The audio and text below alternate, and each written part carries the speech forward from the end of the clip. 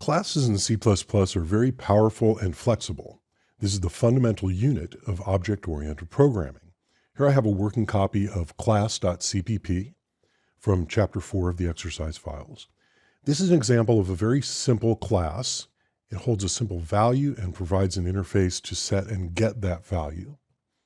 You'll notice on line 6, I have the keyword class, followed by the name of the class, followed by the definition itself inside those curly braces and a semicolon there after the closing curly brace on line 11.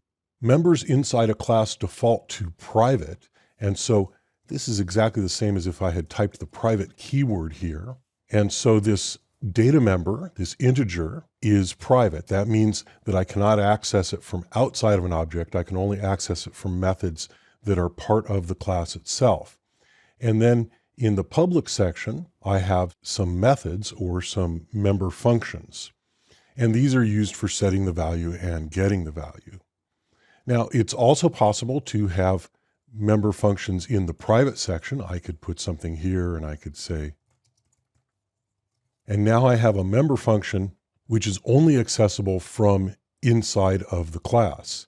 And so one of these other member functions could call it, but I couldn't call it from outside, from the part of the code that uses the object.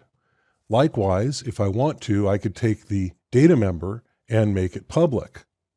And by making it public, this is now directly accessible from outside. So instead of saying object get value, I could simply say object I and get the result. But when I take that data member and I move it into the private section, even without this private label, because the class defaults to private, now that I is no longer valid, because I is a private member of class 1.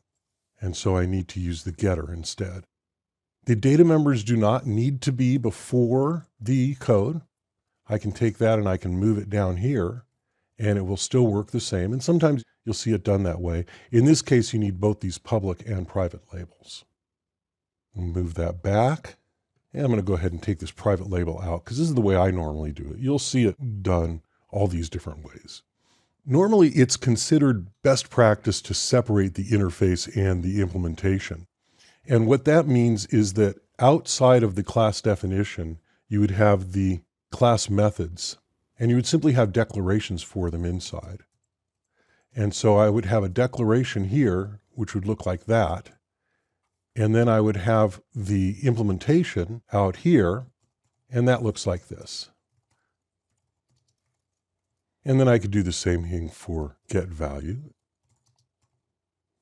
And so now I simply have declarations for the methods inside of the class definition, and I have the actual methods outside of the class definition. And you notice because they have this class label here before the name of the method, that makes them part of the class. Now, normally these three parts would be in three separate files. We would have the class definition here, everything from line 6 to line 11. We would have that inside of one file, usually a header file. And then we would have these class methods in a separate implementation file. And then the code that actually uses the class, that would be in another file altogether. So normally there would be at least three files here. And this first part, the class definition, is often called the interface. So you have interface, implementation, and usage, and those would be in three separate different files. Once your code gets to be more than a few lines, it's actually a lot more convenient to work with these separate files, and I'll show you some examples of this later in the chapter. For teaching purposes, and as you're learning the basic syntax of C++ classes, it's more convenient to have it all in one file like this. But just know that it's normally in three separate files. So let's just go ahead and build and run this, and you can see it work. Value is 47. Here down in the usage, I've defined an integer and I've defined an object, and then I call the setValue setter, this setValue method here, to set the value inside the object to I, and that sets this I inside the object. And then I use the getter, getValue, to read the value from the object and print the value is 47. Just a little terminology here. The definition of the class, this is called the class. When the class is actually used in code and an instance of the class is created, that's called an object. And so an instance of a class is called an object. The definition is called the class.